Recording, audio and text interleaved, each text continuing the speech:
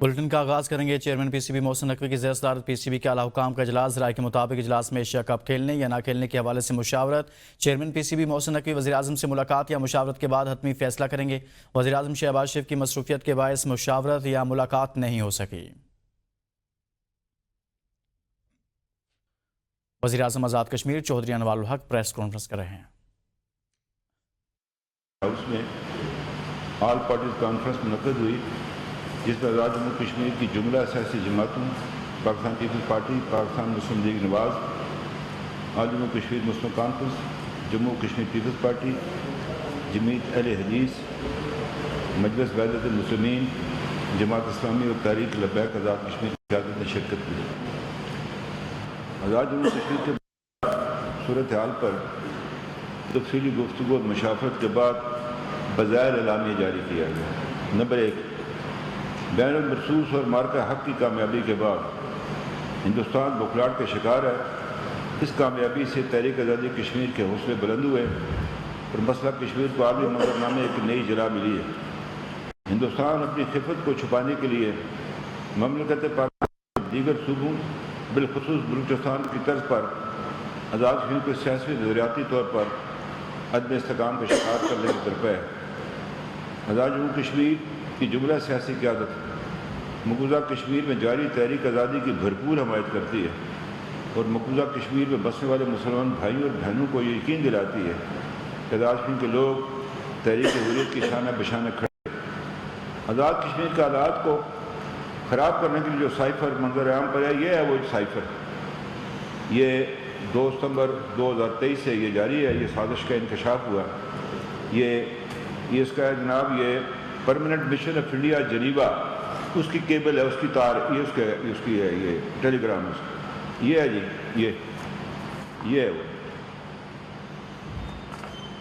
آزاد کشمیر کے حالات کو خراب کرنے کے لیے جو سائفر منظر عام پر آیا ہے، اس سے واضح ہوتا ہے کہ آزاد کشمیر کے حالات کو خراب کرنے میں بھارت پوری طرح ملوث ہے۔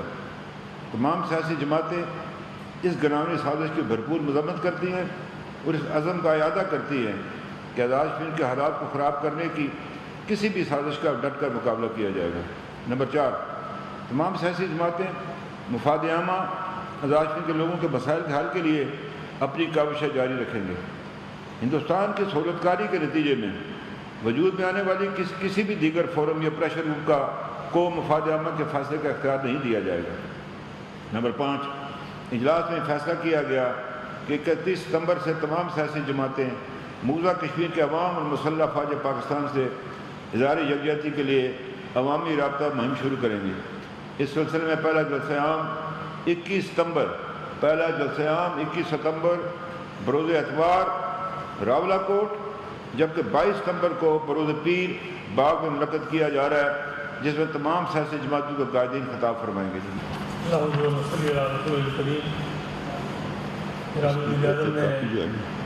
کانفرنس کا مقاصد کو بیان کر دیا پریس کانفرنس کے، اور صاحب نے پڑھ لیا۔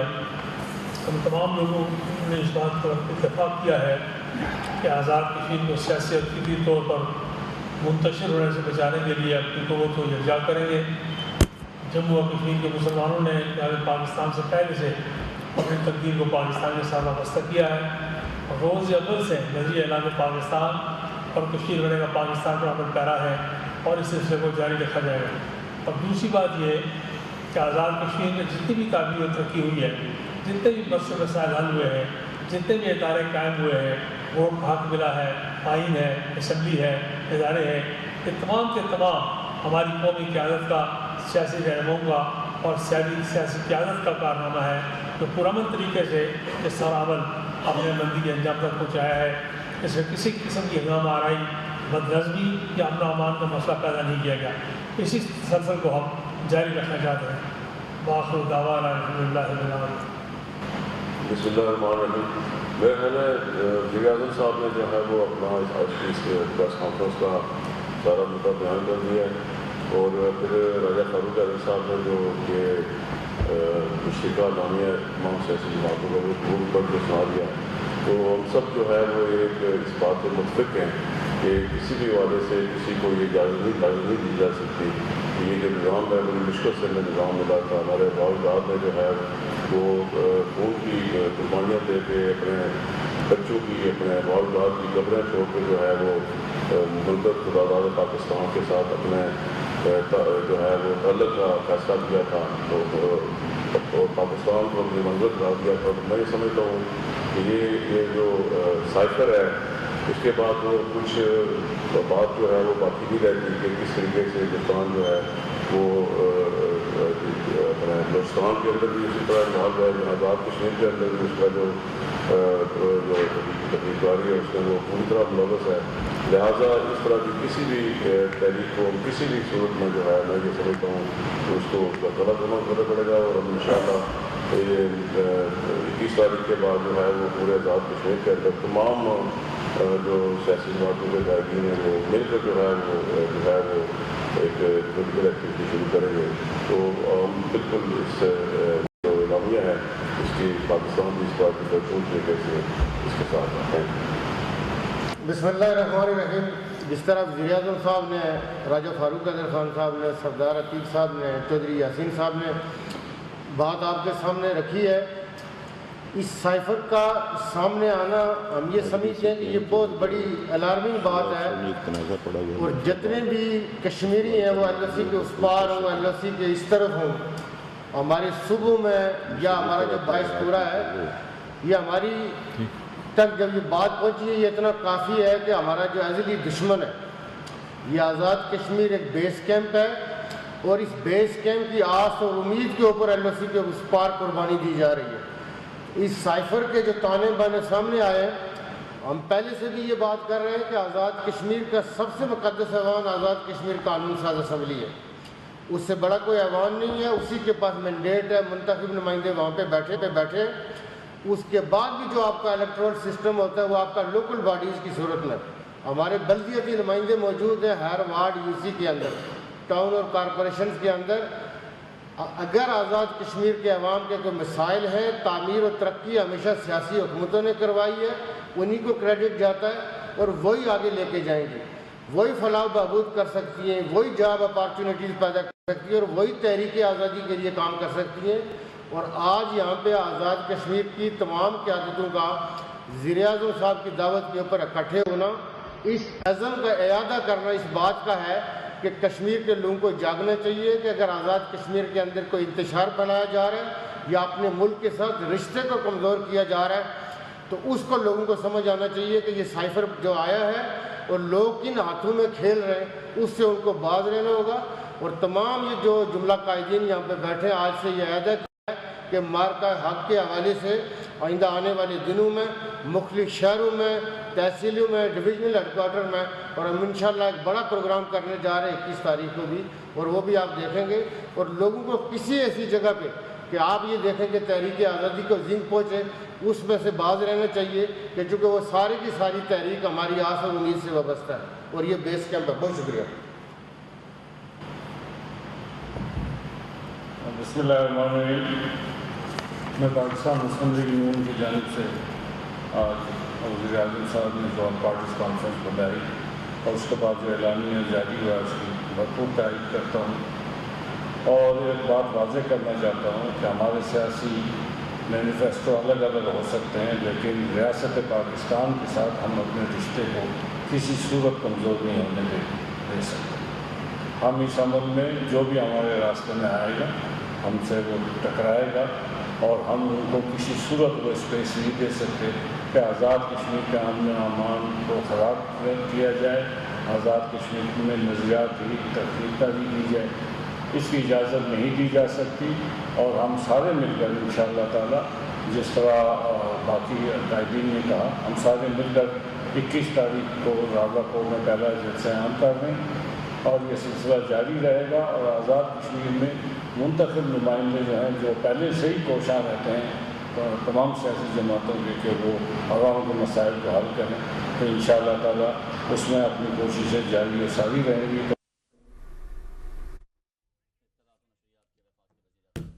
آزاد کشمیر کے سابق وزراء اعظم اور موجودہ وزیر اعظم مشترکہ طور پر میڈیا سے گفتگو کر رہے تھے اور آل پارٹیز کانفرنس کا انعقاد کیا گیا جس کے بعد مشترکہ طور پر اعلامیہ جاری کیا گیا ہے۔ اعلامیہ سابق وزیر اعظم اور مسلم لیگ نون کے رہنما راجہ فاروق حیدر نے پڑھ کر سنایا ہے۔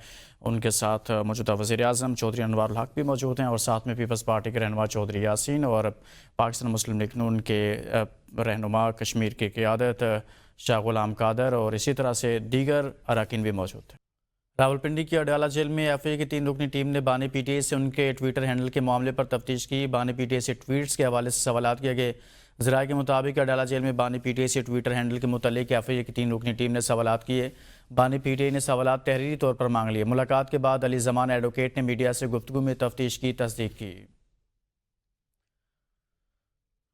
بانی کے ایکس اکاؤنٹ وہی ہینڈل کر رہا ہے جن کو انہوں نے اجازت دی ہوئی ہے۔ وزیر اعلیٰ خیبر پختونخوا الیمین گنڈا پور کی اڈیالہ جیل کے باہر گفتگو کہا، صورتحال اس نہج پر آ گئی ہے کہ اب جنازوں پر سیاست ہو رہی ہے، جنازوں پر بیانات نہیں دیے جانے چاہیے۔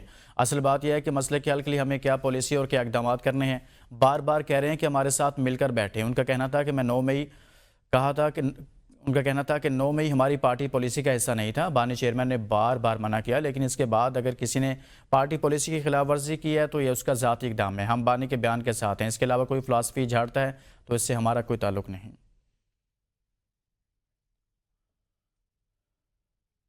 پاکستان تحریک انصاف کے سینئر رہنما قاضی انور قیادت پر پھٹ پڑے، کہتے ہیں الیمین کو فوجی شہداء کے جنازوں میں شرکت کرنی چاہیے۔ مجھے معلوم ہوتا کہ فوجی جوانوں کے جنازے ہیں تو میں اپنی ٹانگیں کھینچ کر پہنچ جاتا۔ قاضی انور نے کہا کہ جب کوئی فوجی بچہ مارا جاتا ہے تو میں بھی روتا ہوں، میں آتا ہوں یہاں سے چلا جاتا ہوں۔ پچھلے 6 ماہ سے بانی سے ملاقات نہیں ہو رہی، میں 3 بجے تک انتظار کرتا ہوں پھر واپس چلا جاتا ہوں۔ قاضی انور نے کہا کہ الیمین گنڈا پور ہمارا وزیر اعلیٰ ہے، سوشل میڈیا پر اس کو غدار کہا جاتا ہے۔ اگر وہ غدار ہے تو اس کی حکومت کی اہمیت ہی کیا رہ جاتی ہے، پتہ نہیں کون یہ پروپیگنڈا کرتا ہے۔ انہوں نے مزید کہا کہ پی ٹی آئی کی قیادت سے میں مطمئن نہیں ہوں تو عوام کیسے مطمئن ہوگی۔ پنجاب اسمبلی کے اجلاس میں اسپیکر ملک محمد احمد خان شوگر ملز مالکان پر برہم ہو گئے۔ انہوں نے شوگر کین کمشنر کو فوری طور پر اسمبلی طلب کر لیا۔ اسپیکر نے کہا کہ نیا کرشنگ سیزن شروع ہونے کو ہے لیکن کسانوں کو اب تک ادائیگیاں کیوں نہیں کی گئی۔ انہوں نے کین کمشنر سے وضاحت طلب کی کہ شوگر ملز مالکان کسانوں کے واجبات ادا کیوں نہیں کر رہے۔ اجلاس کے دوران حکومتی رکن راؤ کاشف نے کہا کہ فیصل آباد میں شوگر ملز مالکان کسانوں کو پیسے نہیں دے رہے، چینی کی قیمت بڑھنے کے باوجود مل مالکان بات ماننے سے انکاری ہیں۔ راؤ کاشف نے مزید کہا کہ سیلاب سے کسان کی فصلیں تباہ ہو چکی، ان کے پاس پہلے ہی کچھ نہیں بچا، مگر شوگر ملز مالکان ادائیگیاں کرنے کو تیار نہیں۔ انہوں نے شکوہ کیا کہ ڈپٹی کمشنر اور ضلع انتظامیہ بھی شوگر ملز مالکان کے سامنے بے بس ہو چکی ہے۔ وزیراعظم شہباز شریف کی زیر صدارت سیلابی صورتحال پر جائزہ اجلاس ہوا جس میں نائب وزیر اعظم اسحاق ڈار، وفاقی وزیر موسمیاتی تبدیلی مصدق ملک، وفاقی وزیر منصوبہ بندی احسن اقبال، وفاقی وزیر اطلاعات عطا Tarar, chairman NTMA lieutenant general انعام حیدر ملک اور دیگر اعلیٰ افسران نے شرکت کی ہے۔ وزیر اعظم شہباز شریف نے ہدایت کی کہ تمام صوبے سیلاب کے نقصانات کا تفصیلی تخمینہ لگائیں، تخمینے سے متاثرین کی بحالی کے لیے مؤثر لاہ عمل اختیار کیا جا سکے گا۔ فصلوں کی تباہ کاری اور مویشیوں کے نقصانات کو بھی شمار کیا جائے، فصلوں کو مختلف امراض سے بچانے کے لیے فوری اقدامات کیے جائیں، سیلاب زدہ علاقوں میں موزوں فصلوں کی کاشت کے خصوصی اقدامات کیے جائیں، ذرائع مواصلات کی بحالی اور متاثرہ سڑکوں کی مرمت کو ترجیح دی جائے۔ پاکستان پیپلز پارٹی کے چیئرمین بلاول بھٹو زرداری سے شنگھائی میں چین کی سب سے بڑی تعمیراتی company China State Construction Engineering Corporation کے general manager Liang, assistant general manager Hong Xiao اور سیکرٹری وومنگ Belt and Road Information Industry Union کے مشیر سونگلنگ بن، چیف کنسلٹنٹ بیجی اور کنسلٹنٹ بیلن نے ملاقات کی۔ بلاول بھٹو زرداری کو بیلٹ اینڈ روڈ انیشیٹو کے تحت پاک چین اقتصادی راہداری سمیت اہم منصوبوں پر بریفنگ دی گئی۔ ڈیجیٹل اور گرین انفراسٹرکچر کے شعبوں میں سرمایہ کاری کے حوالے سے بریفنگ دی گئی۔ بلاول بھٹو زرداری نے دنیا کے اہم تعمیراتی منصوبوں میں کلیدی کردار پر China State Construction Engineering Corporation کی قابلیت کو سراہا۔ بلاول بھٹو زرداری کے ہمراہ سندھ حکومت کے سینئر وزیر شجیل میمن اور وزیر برائے شعبہ توانائی ناصر شاہ بھی موجود تھے۔ وزیر اعلیٰ سندھ مراد علی شاہ کی زیر صدارت گندم کے ذخائر اور ضروریات کا جائزہ اجلاس ہوا۔ اجلاس میں چیف سیکرٹری، سیکرٹری خزانہ، سیکرٹری زراعت اور دیگر حکام شریک تھے، جبکہ وزرائے آبپاشی وزارت نے ویڈیو لنک کے ذریعے شرکت کی۔ وزیر اعلیٰ سندھ نے اجلاس کو بتایا کہ صوبے میں اس وقت 13 لاکھ ٹن گندم کے ذخائر موجود ہیں، جبکہ سندھ اور بلوچستان کی مجموعی ماہانہ ضرورت 4 لاکھ ٹن ہے۔ مارکیٹ میں مزید 6 لاکھ ٹن گندم دستیاب ہے۔ ان کا کہنا تھا کہ فروری 2026 تک صوبے میں گندم کے ذخائر موجود ہیں، جبکہ مارچ میں نئی فصل آ جائے گی۔ وزیر اعلیٰ نے اسٹریٹجک اسٹاک کا بروقت بندوبست کرنے اور گندم ریلیز پالیسی تیار کر کے پیش کرنے کی ہدایت کی۔ انہوں نے محکمہ خوراک کو ہدایت کی کہ صوبے میں گندم کی دستیابی کے پیش نظر آٹے کی قیمت پر کڑی نظر رکھی جائے۔ وزیر اطلاعات پنجاب ازما بخاری نے پیپلز پارٹی کی پریس کانفرنس پر رد عمل دیتے ہوئے کہا کہ پنجاب اس وقت ملک کی تاریخ کے سب سے بڑے سیلاب کا سامنا کر رہا ہے اور وزیر اعلیٰ مریم نواز سمیت پنجاب حکومت دن رات متاثرین کو ریلیف دینے میں مصروف ہے۔ ان کا کہنا تھا کہ سیاسی بے روزگاری کا رونا رونے کے لیے پی ٹی آئی کافی تھی، پیپلز پارٹی کو کیا ضرورت پڑ گئی؟ ہم اتحادی ہونے کے ناطے برداشت کر رہے ہیں، لیکن اس کا یہ مطلب نہیں کہ ان کے جعلی فلسفے اور ناکام تھیوریاں سنتے رہیں۔ ازما بخاری نے مزید کہا کہ چودھری منظور اور حسن مرتضیٰ اپنے دکھ بلاول بھٹو اور مراد علی شاہ کو سنائیں۔ پنجاب حکومت اپنے وسائل سے سیلاب متاثرین کی ہر ممکن مدد کر رہی ہے۔ ان کا کہنا تھا کہ سندھ میں تاحال کوئی جانی یا مالی نقصان نہیں ہوا، اس کے باوجود پیپلز پارٹی وفاق پر دباؤ ڈال رہی ہے کہ بیرون ملک سے امداد مانگی جائے۔ پیپلز پارٹی کو سندھ کے عوام کی فکر کرنی چاہیے، جہاں 2022 کے سیلاب متاثرین آج بھی امداد کے منتظر ہیں۔ اسلام آباد ہائی کورٹ کے جسٹس طارق محمود جہانگیری کو جوڈیشل ورک سے روک دیا گیا۔ جسٹس طارق محمود جہانگیری کو سپریم جوڈیشل کونسل کے فیصلے تک بطور جج کام سے روکنے کا حکم۔ سینئر قانوندان بیرسٹر ظفر اللہ خان اور اشتر علی اوصاف عدالتی معاون مقرر۔ اٹارنی جنرل سے درخواست کے قابل سماعت ہونے پر معاملت طلب کر لے۔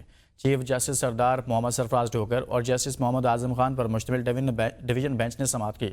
ڈویژن بینچ نے میاں داؤد کی درخواست پر آج کی سماعت کا تحریری حکم نامہ جاری کر دیا۔ چیئرمین پی ٹی آئی نے اسلام آباد ہائی کورٹ کی جانب سے عہدے سے ہٹائے جانے کے فیصلے کے خلاف انٹرا کورٹ اپیل دائر کر دی۔ اپیل آرڈیننس 1972 کے تحت دائر کی گئی ہے، جس میں موقف اختیار کیا گیا ہے کہ اپیل کنندہ پی ٹی آئی کے موجودہ chairman major general retired Hafeez ur-Rehman ہیں۔ انہیں 24 مئی 2023 کو ممبر ایڈمنسٹریشن مقرر کیا گیا تھا، جب اگلے ہی روز چیئرمین پی ٹی آئی کے طور پر تعینات کیا گیا۔ اپیل میں کہا گیا کہ چیئرمین اپنے فرائض قوانین اور ضوابط کے مطابق انجام دے رہے ہیں اور اپیل ان کی قانونی تعیناتی کو ثابت کرنے کے لیے دائر کی گئی۔ اسلام آباد ہائی کورٹ کے جسٹس بابر ستار نے آج اپنے محفوظ فیصلے میں چیئرمین پی ٹی آئی کو عہدے سے ہٹانے کا حکم دیا تھا۔ اپیل کنندہ نے عدالت سے درخواست کی ہے کہ اپیل کو فوری سماعت مقرر کیا جائے گا۔